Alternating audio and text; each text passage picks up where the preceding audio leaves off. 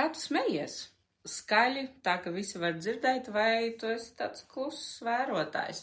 Ja tu esi dzimis 1., 10., 19. vai 28. datumā, tavi smiekli ir skaļi, tos var dzirdēt pa gabalu jau, un sabiedrībā šos cilvēkus ļoti spilgti jūt. Ja viņi ir savā plusa enerģijā mīnusā, viņi ir ļoti nemanāmi. Savukārt, ja tu esi dzimis 2., 11., 20.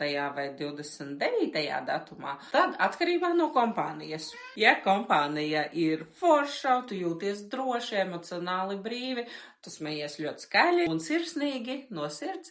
Ja kompānija tev tā īsti pie sirds neiet, tad tu vairāk vērosi. Ja tu esi dzimis 3., 12., 21., 30. datumā, tu vairāk vēro, analizē visu. Ja tu smejies, tad tas būs pietiekami jūtami, bet tu esi vairāk arī tāds vērotājs, analizētājs vai arī pastāst citiem, ko tu esi iemācījies, izzinājis un kā vajag pareizi darīt.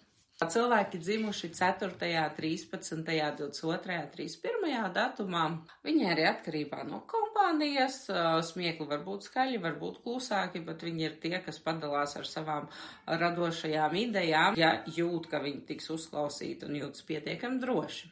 Un kā smejies tu vai tavi draugi?